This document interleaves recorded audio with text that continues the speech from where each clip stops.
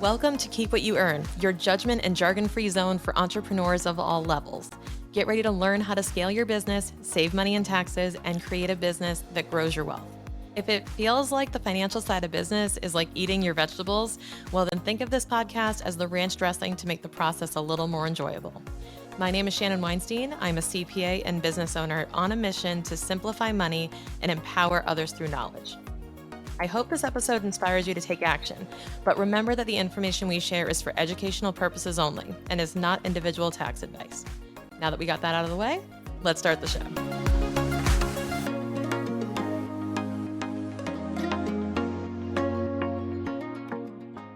So I recently got back from a trip to Laguna Beach where I attended the dinner series with Chris and Lori Harder and about 80 other entrepreneurs, and it was super fun.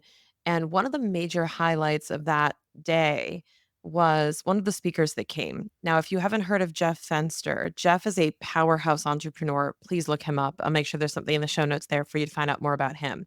But he spoke, and as Lori put it, as promised, he was super approachable, super cool and clear on exactly what advice he wanted to give you and what worked for him. And he's also very tactical, very direct, and very specific, which is phenomenal for a speaker to this type of group. And this is something that he brought up a lot, and we actually focused on a lot during the day, which was relationships. And whether you're up for the relationship. And the other speaker, David Nori, actually really honed in on being up for the relationship, like looking up from your phone, making conversation, looking at someone's t-shirt, looking at someone's tattoos, looking at someone's hat, and just making a comment and asking a question about it. Because as he put it, you don't wear something unless you want to talk about it or you have something to talk about. Who has a tattoo that doesn't have a story? Whether it's why you got it, how you got it, when you got it, etc. So what I found is that through this experience, I really walked away with this new appreciation for what I consider the new currency of business. And one thing that I've noticed about the ultra successful entrepreneurs, the types of people who are speaking in these rooms, the type of people who are on stages that I attend, is what they all have in common to me is their focus on relationship capital and the focus on really exchanging that as a currency, but not in a transactional way, and let me explain that. So when I talk about relationship capital, I talk about showing up in service of others, showing up in the room and saying like, "How can I help you?" And actually following through, number 1, not doing it just superficially, actually caring and actually listening and just being, up for the relationship as they put it. And walking away with nothing more than a few new friends and feeling successful, even if you're not getting any business directly in the room. And what I found also is that you tend to find the most reliable, you know, network, the most reliable colleagues, friends, contacts when you least expect it, when you're just simply having a conversation over coffee or waiting for a cab or waiting for, I have so many conversations in airlines and flights. Um, I tend to try to gauge if the person next to me is friendly and wants to chat or if they want to keep to themselves. I'm cool either way. But I've formed a lot of relationships over meeting people and embracing the fact that we're all in public together and we might as well say hi to each other and form a relationship of some kind, even if it's just to spend the next hour together or the next 20 minutes in line.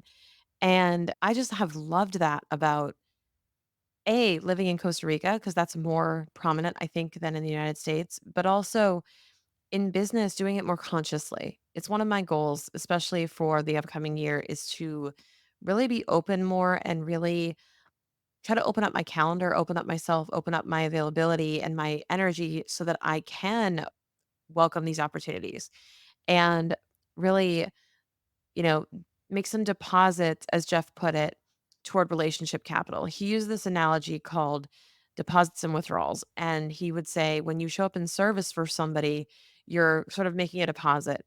And who knows, one day you may need to call in a favor. You may need some help with something.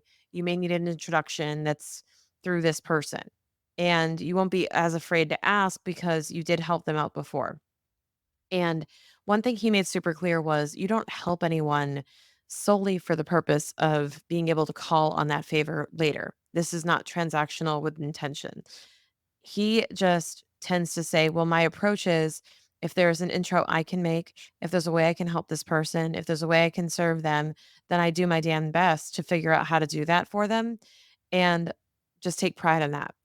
And when you take that approach, when you do have that approach, when you actually do need to call somebody, you don't feel as hesitant. You don't feel as bad about picking up the phone. I personally can relate to this so much because I love to help others, but I am terrible at asking for help. I will just do it all myself. And I need to, be told sometimes that I need to be asking for help. And I don't feel as bad asking for help if I know I have done something for that person in the past. And, this happened before with my neighbor here, for example. I asked my neighbor to go into the house and do something for me, but I knew he would because I had done that for him before. And I didn't feel as bad. Now, could I, if I had never done anything for him before, could I have called in that favor? Yes. Would it have made me more uncomfortable? Also, yes. I think that it's a matter of showing up with confidence and being able to ask for what you want, knowing that you have helped others and you kind of feel the sense of reciprocity. And it's not transactional in nature, but I think when it comes to figuring out how to ask for what you need, it does lower the barrier a bit, knowing that you have that relationship. And I think that's what we should all strive for is having a constant flow of service and of asking for what we need when we do need it. So here's an example of how you can do that. So if you're in any sort of Facebook group, network, business network, I do this on LinkedIn all the time personally. I have a weekly reminder to do this on LinkedIn. So if you're on LinkedIn, I recommend you do it. I recommend that you brainstorm every single week something that you could help with and something that you need help with. And I recommend putting both of those things out into social media, the universe, whatever, and just asking. Hey, Shannon here, and I have a quick favor to ask.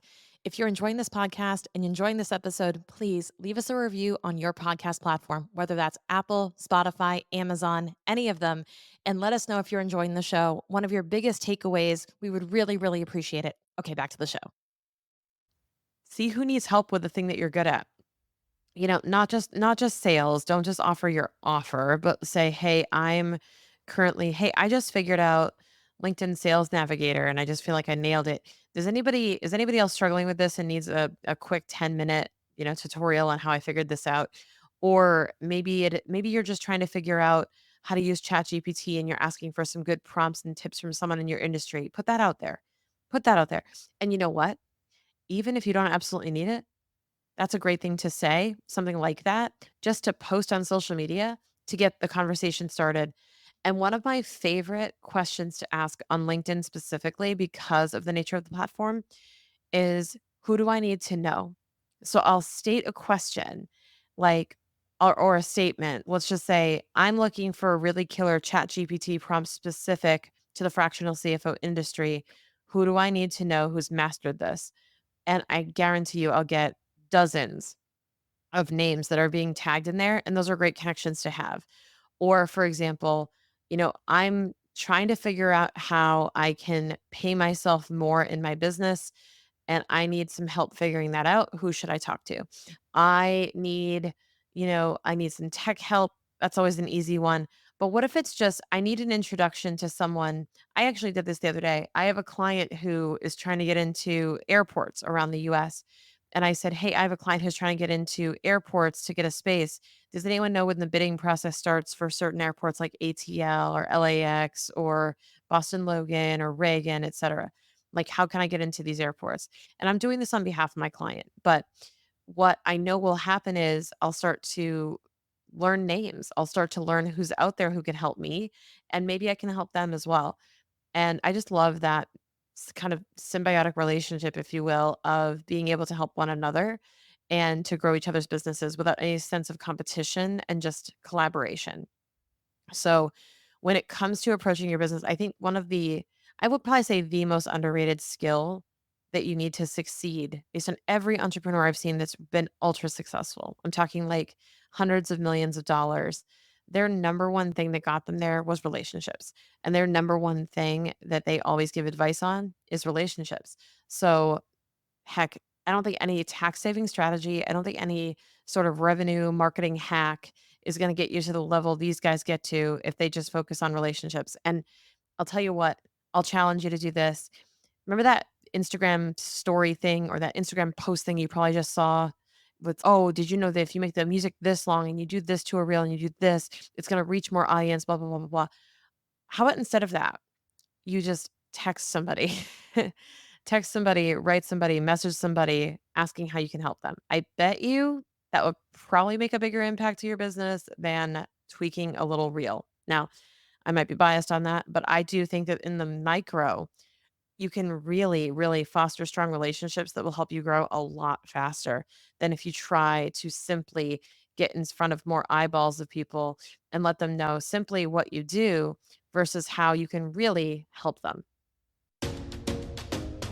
One of the best decisions I made in business that saved me countless headaches was getting expert advice in HR as I started growing my team. With so many compliance requirements, especially for virtual businesses, I could never get caught up on everything I needed to learn or I was supposed to do. That's where Jackie and her team at People Principles came in with their signature HR audit for only $349. But get this, if you use code Shannon50, you get $50 off of that. So it's only 300 bucks. You'll have peace of mind by the end of the week with this exclusive offer as a Keep What You Earn listener. Here's what's included: a step-by-step self-assessment, a 60-minute strategy session with their HR experts to ensure that you're in compliance and you have a plan for getting on track, an HR template to keep all this important stuff in one place, and a roadmap of the top 3 best practices to implement right now in the next 6 to 12 months. Again, use code Shannon50 to take $50 off of this assessment. Do not miss out on this opportunity or let unintentional HR mistakes derail your business growth.